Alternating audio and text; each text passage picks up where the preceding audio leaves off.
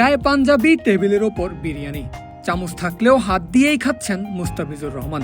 শতভাগ বাঙালিয়ানা একটা ছবি। প্রশ্ন শুধু একটাই থাকতে পারে, কাটার মাস্টার কি ঢাকাইয়া বিরিয়ানি খাচ্ছেন নাকি কলকাতার বিরিয়ানি? উত্তর যাই হোক, সেটা মুখ্য বিষয় না। মুখ্য হলো আইপিএলে এবার মুস্তাফিজের ঘরের মাঠ হবে বাংলার মাটিতে, আর সেটাই জানিয়ে দিয়েছে তার দল কলকাতা নাইট রাইডার্স। ফিজের বিরিয়ানি খাওয়ার ছবি পোস্ট করে বলে দিয়েছে মুস্তাফিজের সুইং এখন ইডেনে।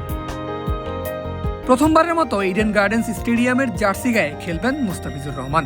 তবে নিলামের শুরুতে কিন্তু চেন্নাইয়ের চেপক আর দিল্লির অরুণ জেটলি স্টেডিয়াম সমান তালে লড়েছিল ফিজকে নিজেদের মাঠে নিয়ে যেতে।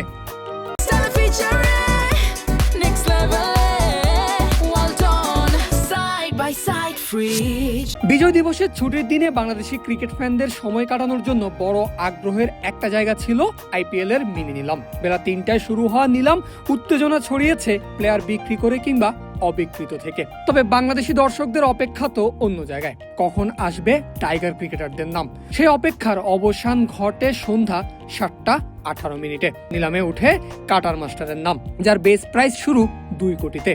নাম উঠতেই মুস্তাফিজকে নিয়ে কাড়াকাড়ি হবে এটা মোটামুটি অনুমেয়ই ছিল, কারণ চলতি বছরে যেভাবে কবজির ভেলকি দেখাচ্ছেন মুগ্ধ করছেন ক্রিকেট পণ্ডিতদের। প্রত্যাশা মতোই মুস্তাফিজকে নিয়ে শুরু হয় দুই দলের কাড়াকাড়ি। দুটোই তার পুরনো দল, একদিকে চেন্নাই সুপার কিংস, অন্যদিকে দিল্লি ক্যাপিটালস। দুই দলের লড়াই চলে ৫,৪০,০০,০০০ অব্দি। এরপর বাধ্য হয়েই লড়াই থামাতে হয় দিল্লিকে, কারণ ততক্ষণে তাদের অর্থ শেষ হয়ে গেছে। ফলে আবারও চেন্নাইয়ের বিমান ধরতে যাচ্ছিলেন মুস্তাফিজুর রহমান, কিন্তু না, তখনই যেন নিলামে wild card entry Kolkata Knight রাইডার্সের। আবারও শুরু কাটার মাস্টারকে নিয়ে কাড়াকাড়ি। চেন্নাইয়ের বিট দেখে মনেই হচ্ছিল তারা আগে থেকে সিদ্ধান্ত নিয়ে রেখেছে মুস্তাফিজকে MS ধোনির দলে চাই। তবে শাহরুখ খানের কেকেআরও হার মানতে রাজি না মোটেও। শেষ পর্যন্ত ৯,২০,০০,০০০ রুপিতে গিয়ে থামে চেন্নাই সুপার কিংস। আসলে দিল্লির মতো তারাও থামতে বাধ্য হয়, কারণ তাদের অর্থ প্রায় শেষের দিকে। অর্থাৎ প্রথমবারের মতো কেকেআর জিতে নিল মুস্তাফিজুর রহমান দ্য কাটার মাস্টারকে।